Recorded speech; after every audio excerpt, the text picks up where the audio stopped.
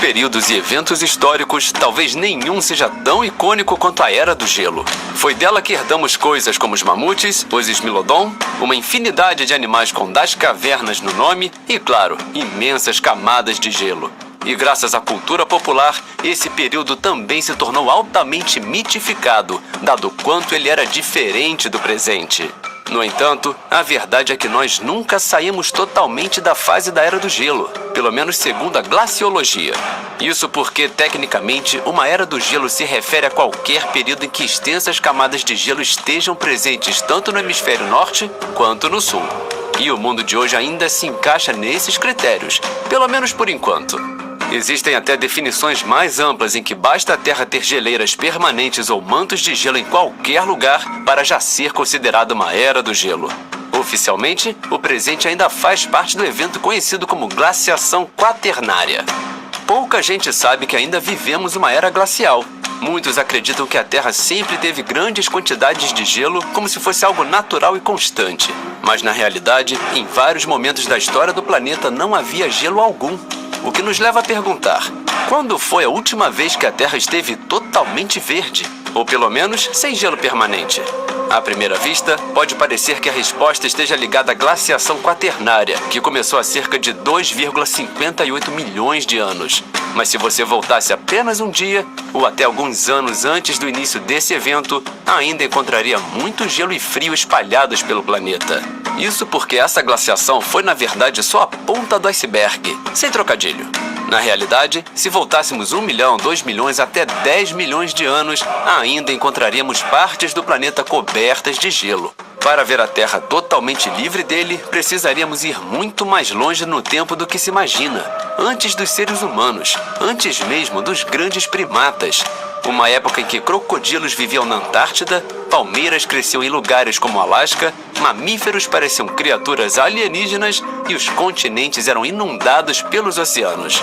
O final do Eoceno.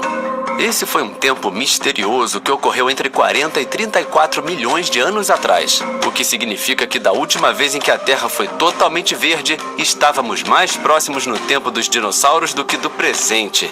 E já que não havia gelo permanente, é claro que aquela era muito mais quente do que hoje. A maioria dos estudos mostra que logo antes do início da Era do Gelo, as temperaturas médias estavam entre 5 e 8 graus acima das atuais. Isso fazia com que países como a França tivessem clima parecido com o da Síria e que a Europa como um todo fosse mais subtropical do que temperada. Enquanto isso, se você vivesse nos Estados Unidos, encontraria um clima parecido com o do Uruguai. Naturalmente, com um clima tão diferente, outras coisas também mudavam. O tempo era mais propenso a incêndios florestais, tempestades violentas, ondas de calor e chuvas e secas desiguais. Tudo isso mantendo o final do Eoceno em constante transformação. Mas o que realmente chamava a atenção era a água, especialmente a sua quantidade. Hoje, 70% de toda a água doce da Terra está congelada em forma de gelo, o que equivale a cerca de 2% do total de água do planeta. Pode parecer pouco, mas essa diferença era claramente perceptível nos níveis do mar durante o Eoceno, que estavam possivelmente 70 metros acima do que temos hoje, ou 230 pés, o que significa que os mapas da época teriam algumas diferenças. Para começar, grande parte das atuais áreas costeiras estava submersa.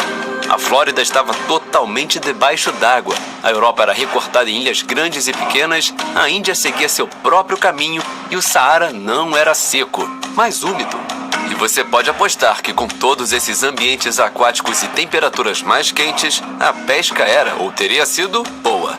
Mas ao mesmo tempo extremamente perigosa, pois era nessas águas que os maiores predadores da Terra da época estavam à espreita. E se você sabe algo sobre as águas do Eoceno, provavelmente não ficará surpreso ao ouvir que isso incluía o Bacilossauro, um animal muito importante naquele período, já que ele, ou melhor, sua família, eram os principais predadores da Terra aos quais eu estava me referindo. Simplificando, esse grupo hoje extinto fazia parte dos cetáceos, ou seja, das baleias. Mas não eram nada parecidos com as baleias que conhecemos hoje. Pelo contrário, eram o oposto dos gigantes gentis. Predadores ferozes, com dentes bem desenvolvidos e ameaçadores, corpos hidrodinâmicos e mandíbulas poderosas. A aparência de alguns deles lembrava mais os mosassauros do que outras baleias. Não por acaso, foram confundidos no início com répteis marinhos, ao invés de mamíferos. E além do corpo perfeito para caçar, havia outro detalhe preocupante. Esses animais tinham uma distribuição global impressionante. Os Basilosauridae conseguiram se espalhar por todos os continentes da Terra, inclusive a Antártida, e fizeram isso de forma simultânea. Ou seja, se você caísse em um oceano ou mar no final do Eoceno, praticamente teria garantia de topar com um deles. E não era só que apareciam em cada continente. Eles habitavam praticamente todos os ambientes de água salgada, desde oceanos abertos até mares rasos e até mesmo ecossistemas salobros, como pântanos e florestas de mangue. Sabemos disso graças a fósseis de vários gêneros, como Basilosaurus, Dorodon, Sagacetus e Stromérios, achados até mesmo no que hoje é o deserto do Saara. Esse alcance global já era um problema por si só, mas o segundo problema era ainda pior. Eles vinham em praticamente todos os tamanhos e formatos possíveis, o que tornava quase qualquer outro animal um alvo em potencial. Na extremidade menor, tínhamos o Tutsicetus, batizado em homenagem ao faraó Tutancâmon. Mesmo sendo o nanico do grupo, ainda era maior do que qualquer um de nós. Passava dos 2,4 metros de comprimento e tinha o peso equivalente ao de um grande tubarão cabeça chata. Ou seja, péssima notícia para criaturas do tamanho humano. Já no extremo oposto, encontramos o Perucetus. Talvez você já tenha ouvido falar dele, pois por um tempo foi considerado candidato a maior animal não apenas de sua época, mas de todos os tempos.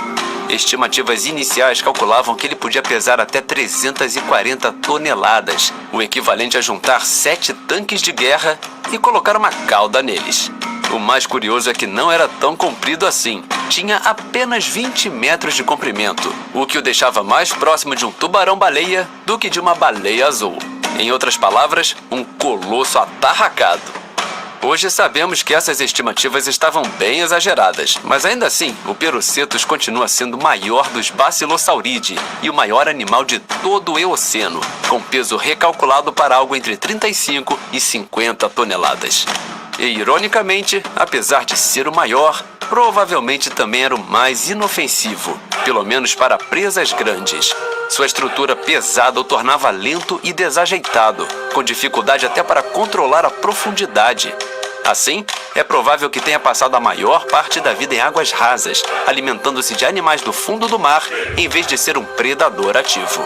Mas tirando Perucetus da jogada, havia outro Basilosauridae que uniu tamanho à ferocidade, o próprio Basilosaurus.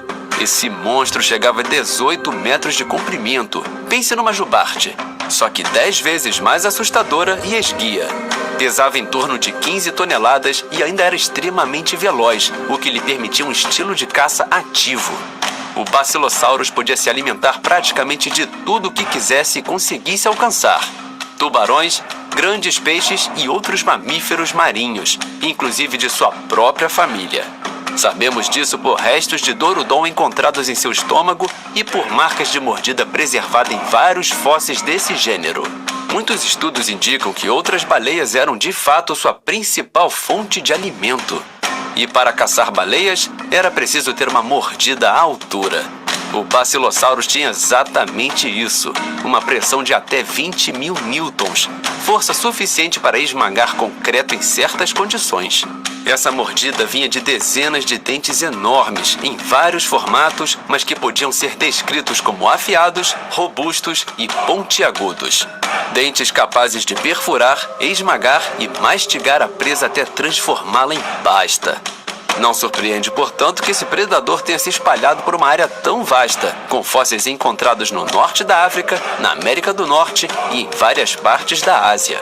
Os Basilosauridae foram sem dúvida uma parte fundamental do que diferenciava a Terra sem gelo, mas não eram as únicas relíquias perdidas daquele tempo. Outras bizarrices e monstros também habitavam as águas. Entre eles, havia diversos tubarões, incluindo um gênero muito peculiar chamado Otodus. Talvez o nome não soe familiar, mas é exatamente o mesmo gênero que mais tarde daria origem ao famoso Megalodon.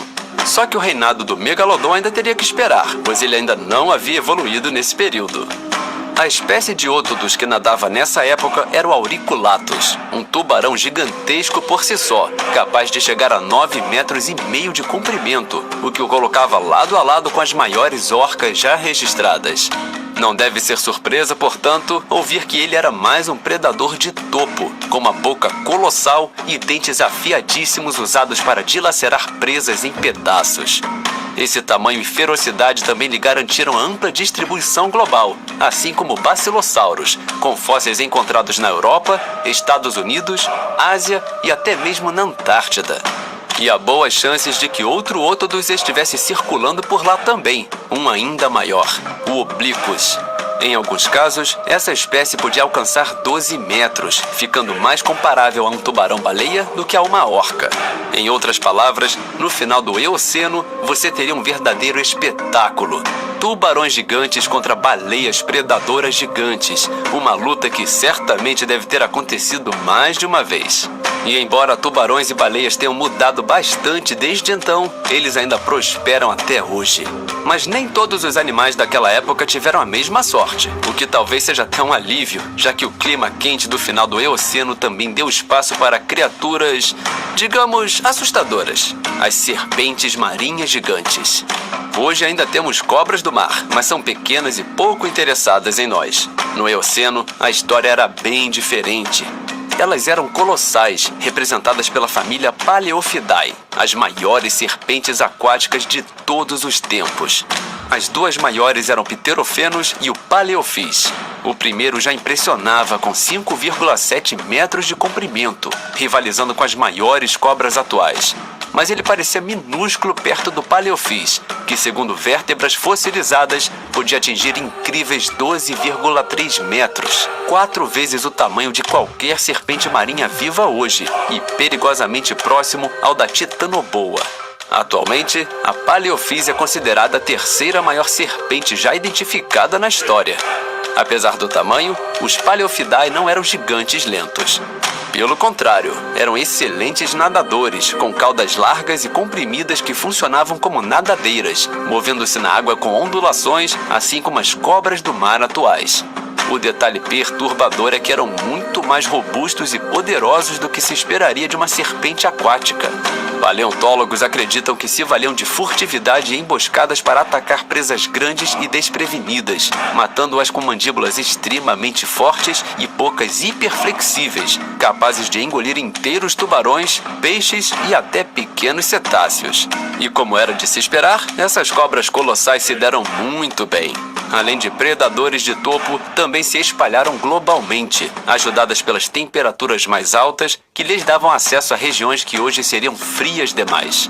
Em resumo, as águas do final do Eoceno não eram o tipo de lugar para se mergulhar. Mas felizmente, nem tudo naquele mundo sem gelo era feito de monstros. Em escala global, outros grupos mais amigáveis também prosperavam. Isso incluía uma grande variedade de tartarugas marinhas, cefalópodes, peixes ósseos e invertebrados e até as nossas sereias favoritas, os sirênios. Naquela época, eles eram incrivelmente diversos, mas bem diferentes do que imaginamos hoje. Eram formas mais primitivas, que tinham feito apenas recentemente a transição para a vida aquática. Por isso, alguns ainda apresentavam traços que não esperaríamos em um animal marinho, como 4 membros e dedos. Na prática, havia chance real de ver um sirênio caminhando em terra firme, já que nem todos haviam feito a mudança completa para a água. Muitos ainda eram anfíbios e alguns até mesmo mais terrestres do que aquáticos. E eles não estavam sozinhos nessa zona de transição. Outro grupo com comportamento semelhante era o dos velhos conhecidos cetáceos. Junto dos Bacilossauridae havia os Protocetidae, uma família diversa de baleias que em alguns aspectos lembrava mais anfíbios do que seus parentes modernos. Esses animais tinham membros fortes o suficiente para sustentar o corpo em terra, mas também exibiam traços adaptados para o mar, como membranas entre os dedos e, em alguns casos, caudas adaptadas para nadar. E assim como os Bacilossauridae, eram menos pacíficos do que as baleias atuais. Seus dentes eram feitos para perfurar e rasgar carne em vez de filtrar plâncton. A única boa notícia era o tamanho. Não chegavam a ser colossais como seus parentes do mar. O maior deles tinha porte parecido ao de um urso pardo. Ainda assim, não eram exatamente inofensivos. E quando levamos tudo isso em conta, fica claro. No final do Eoceno, morrer nas mandíbulas de uma baleia no Saara era possível, assim como ser perseguido por uma baleia em terra firme. E posso apostar que isso certamente não estava na sua cartela de bingo de viagem no tempo. A presença de baleias e sirênios em terra firme pode soar muito estranha, mas ajuda a preparar o cenário para o que era a superfície naquela época, que, assim como os oceanos, era completamente diferente da atual. O clima mais quente, geralmente mais úmido, resultava em florestas tropicais, bosques abertos e florestas decíduas como ecossistemas dominantes. Isso permitia tanto o surgimento de novas formas de vida, quanto a sobrevivência de grupos arcaicos. Além disso, graças a essas condições e ao fato de a Terra já ter tido tempo para se recuperar do impacto do asteroide do KT, as criaturas, em média, eram maiores do que antes. E havia um grupo de mamíferos em particular que dominava a categoria dos gigantes, os ungulados. Ungulados não são novidade. Hoje os conhecemos como animais de casco, como cavalos, girafas e rinocerontes. E embora nenhum desses três existisse em sua forma moderna, os ungulados do Eoceno já se pareciam um pouco com seus futuros descendentes. Um ótimo exemplo eram os Brontotters, entre os primeiros mamíferos terrestres a ultrapassar várias toneladas. Superficialmente semelhantes a rinocerontes, esses perissodáctilos funcionavam de maneira parecida, com chifres que não eram de queratina, mas de ossos sólidos. Em alguns fósseis, apresentavam até protuberâncias extras, sugerindo que usavam a cabeça como arma. Um ataque formidável quando lembramos que alguns passavam de 4 toneladas. Durante sua existência, os Brontotters provavelmente eram uma das presenças mais comuns na paisagem. Mas eles faziam parte de uma tendência maior, que podemos chamar de rinocerontização, já que várias outras famílias de mamíferos adotaram formas corporais semelhantes.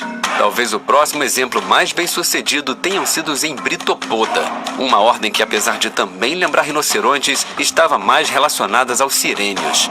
Eles eram ainda maiores que os Brontotters, com algumas espécies passando das 4,5 toneladas, o peso de um pequeno elefante asiático adulto. Juntos, esses dois grupos formavam boa parte dos grandes animais terrestres da época.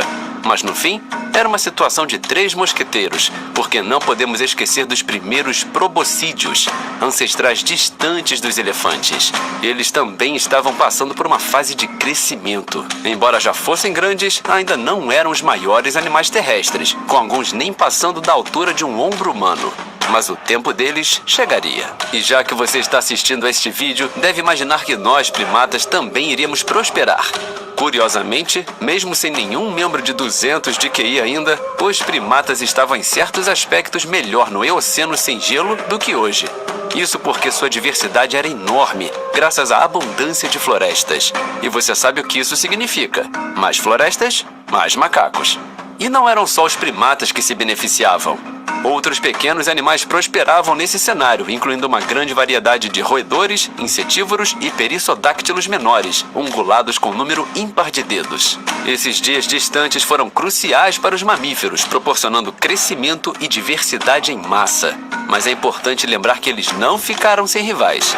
Apesar do Cenozoico ser chamado de Era dos Mamíferos, os répteis ainda estavam na disputa pelo título de governantes da Terra. Sendo animais de sangue frio, eles se beneficiaram muito das temperaturas mais altas, mas não buscaram o papel de grandes herbívoros. Em vez disso, evoluíram para se tornarem carnívoros altamente bem-sucedidos, em alguns casos, assumindo o posto de predadores de topo em suas regiões. Entre eles estavam os notórios Phorusrhacidae, um grupo de aves terrestres assassinas e incapazes de voar, que possuíam bicos robustos e letais e podiam atingir tamanhos que faziam até o Big Bird parecer um passarinho.